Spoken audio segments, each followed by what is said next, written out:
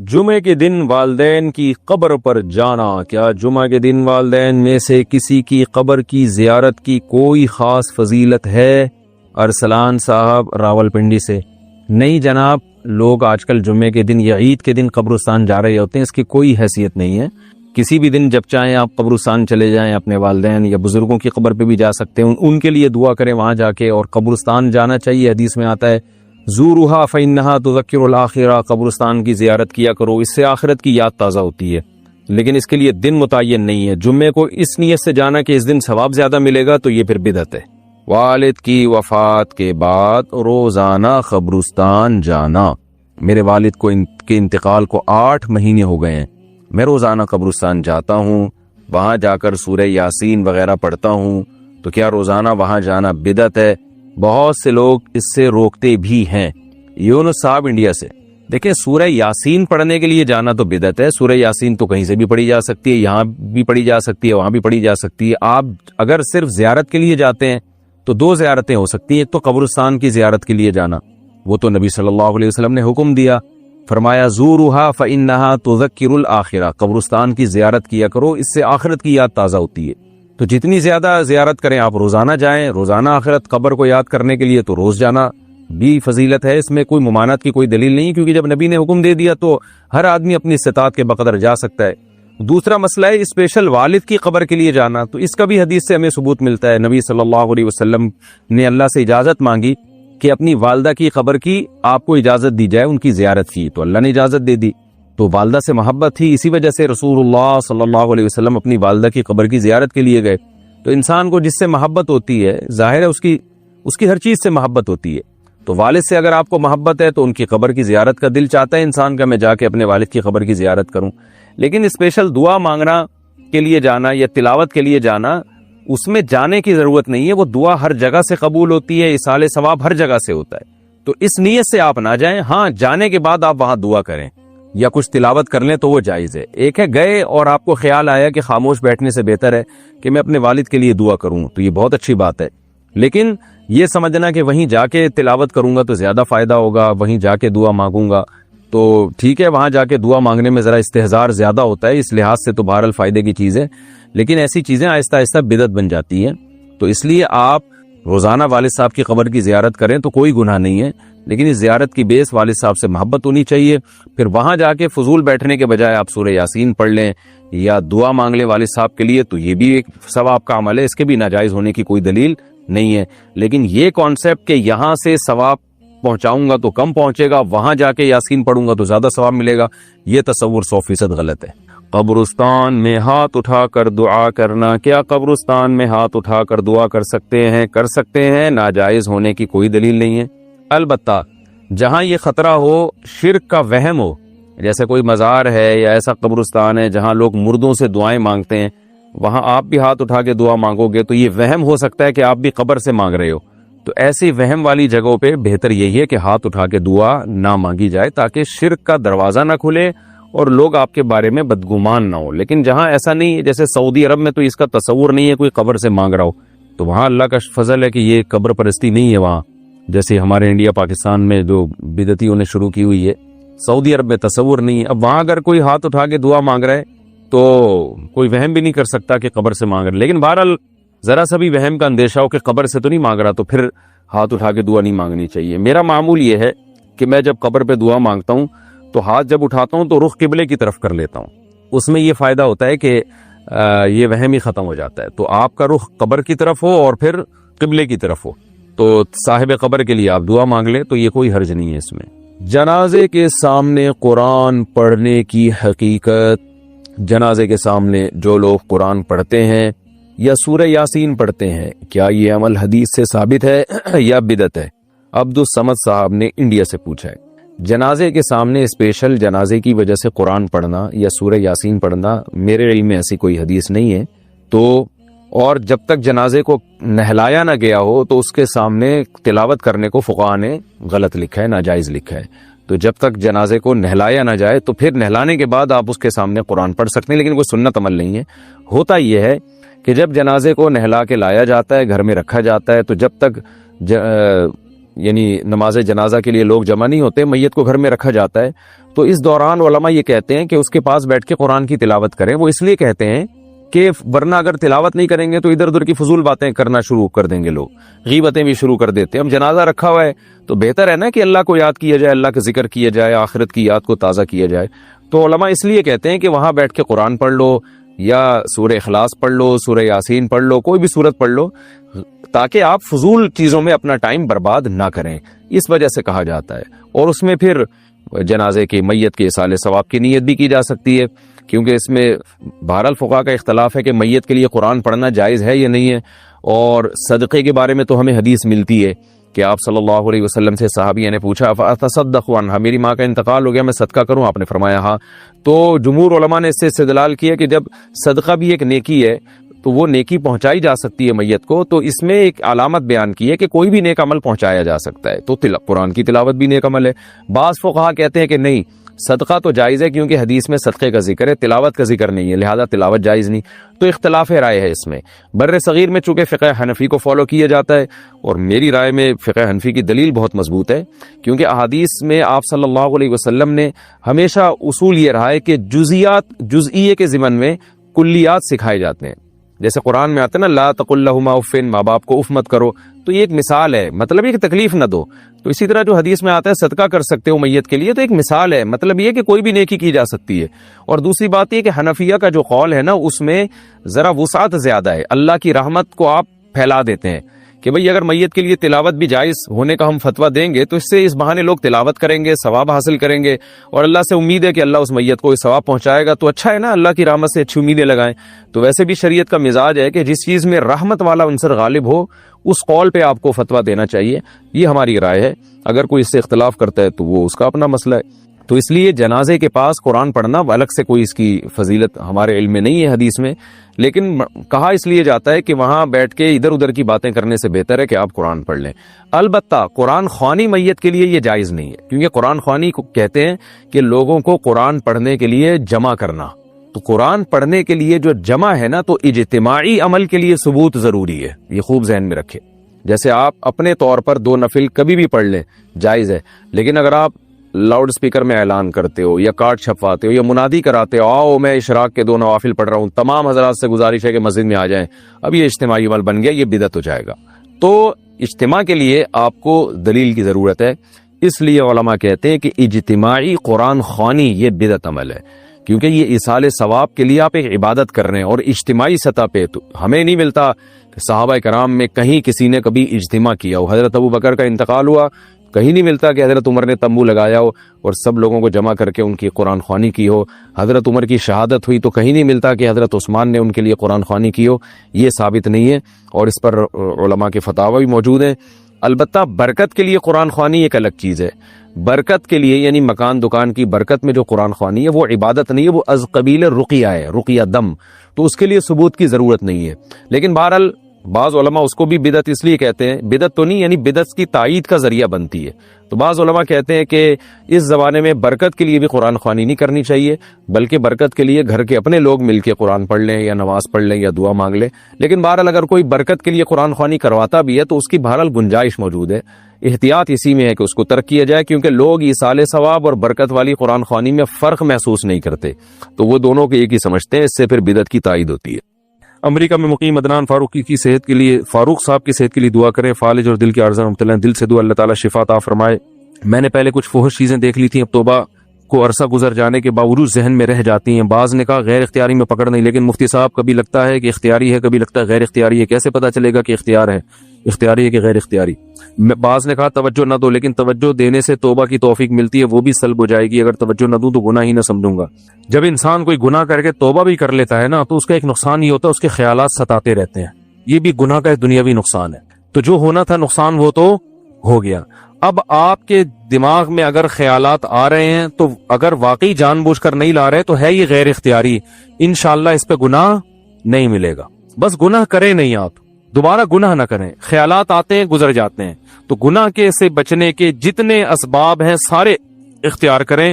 اور علماء کہتے ہیں کہ جب گناہ سے ایک دفعہ اچھی طرح سے رو دھو کے توبہ کر لی نا، تو اس کو بھلانے کی کوشش کرو، پھر پھر یہ بھی نہ سمجھو کہ پتہ نہیں اللہ نے معاف کیا ہوگا کہ نہیں کیا ہوگا. نہیں بھائی، کر دیا اللہ نے معاف.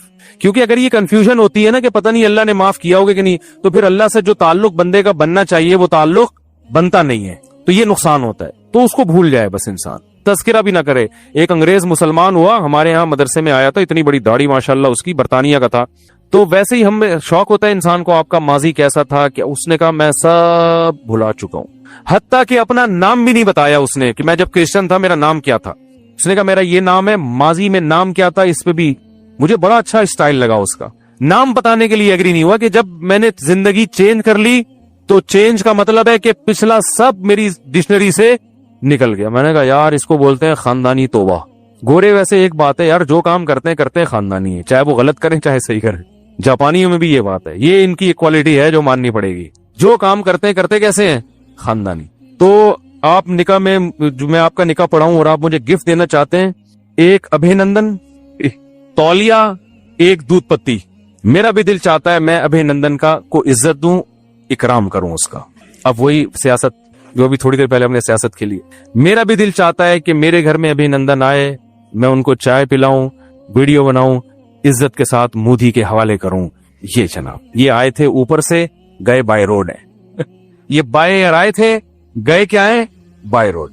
تو یہ ایک میری خواہش ہے، نکاح پڑھوانے کے لیے مجھے اگر گفٹ دینا چاہتے ہیں تو یہ دینا پڑے.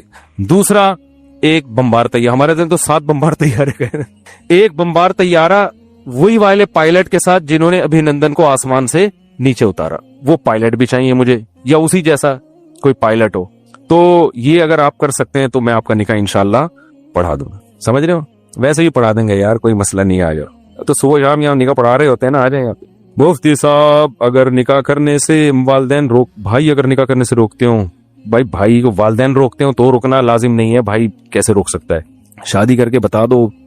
جو روک رہے ہیں نا، آپ اپنے خرچے پہ اگر شادی کر رہے ہو اور پھر بھی روک رہے ہیں، آپ گھر بھی اپنا دے رہے ہو، والدین کے ساتھ بیوی کو نہیں رکھ رہے، خرچہ بھی اپنا اٹھا رہے ہو، پھر بھی والدین روک رہے ہیں، تو پھر نہیں مانو والدین کی. پھر میں لوگوں سے کہتا ہوں کر لو شادی، بچے پیدا ہو کے جب پوتے نواسے والدین کی خدمت میں لا کے ڈالو گے نا، ان کو اتنا پیار آئے گا، بولیں گے یار بالکل جو ہوا صحیح ہوا. آؤٹ پٹ بہت اچھا ہے اس کا. ٹھیک ہے نا؟ آؤٹ پٹ ماں باپ کو نا پوتے نواسوں سے عشق کی حد تک محبت ہوتی ہے. تو جب آپ کے ابا دیکھیں گے پیارا سا پوتا یا پوتی، وہ اتنا اللہ نے بچے کے چہرے پہ ایسی اللہ نے اٹریکشن رکھی ہے نا، ان کو اتنا پیار آئے گا، وہ بولیں گے یار کام غلط ہوا لیکن ریزلٹ بہت اس کا خاندانی ہے. تو ریزلٹ کو دیکھ کر ایمان لے آئیں گے وہ بھی انشاءاللہ. یعنی اسلام قبول کر لیں گے کا مطلب یہ ہے کہ وہ صحیح معنوں میں اسلام قبول کر لیں گے. ویسے تو کیا ہوا ہے انہوں نے. اچھا بھائی، شعیب احمد صدیقی کی طبیعت انتہائی نازک ہے، ڈاکٹر نے 48 گھنٹے بہت اہم قرار دیے. دل سے دعا اللہ تعالیٰ ان کو شفا عطا فرمائے. بھائی یہ جب میں کہتا ہوں دل سے دعا ہے تو یہ دل سے واقعی کر بھی رہا ہوتا ہوں. جمعہ 5، 2 فرض 4 سنتیں، جمعے کے بعد 4 سنتیں موقدہ ہیں. بہت سے علماء کہتے ہیں 6 سنتیں موقدہ ہیں، تو وہ بھی ایک قول ہے، وہ بھی غلط قول نہیں ہے. لیکن ہمارے فرمایا کرتے تھے کہ 4 بھی اگر کوئی پڑھ لے تو بھی ٹھیک ہے، کیونکہ 6 بہت زیادہ ہو جاتی ہیں. تو دونوں قول ملتے ہیں، تو انہوں نے آسانی والے قول پہ فتویٰ دیا ہے. تو اگر کوئی مفتی یہ کہتے ہیں کہ جمعے کے بعد 6 سنتیں موقع ہیں، وہ بھی قول ٹھیک ہے. ہم اس لیے 4 کے قول کو لیتے ہیں کہ اس میں کیا ہے؟ آسانی ہے. تو دونوں قول ملتے ہیں تو آسانی پہ عمل کیا جا سکتا ہے. قبر پہ جب ہم جاتے ہیں تو مردہ ہمارا سلام سنتا ہے. علماء دیوبند بھی اس پر 2 رائے ہیں. جی میری رائے یہ کہ نہیں سنتا، باقی علماء کی رائے سنتا ہے. تو دونوں رائے ہیں، اس میں کوئی پھڈے بازی کی ضرورت نہیں ہے، کیونکہ قرآن میں بہت واضح ہے یہ مسئلہ. میری ایک ذاتی رائے ہے، انک لا تسمع الموتى، تم مردوں کو نہیں سنا سکتے.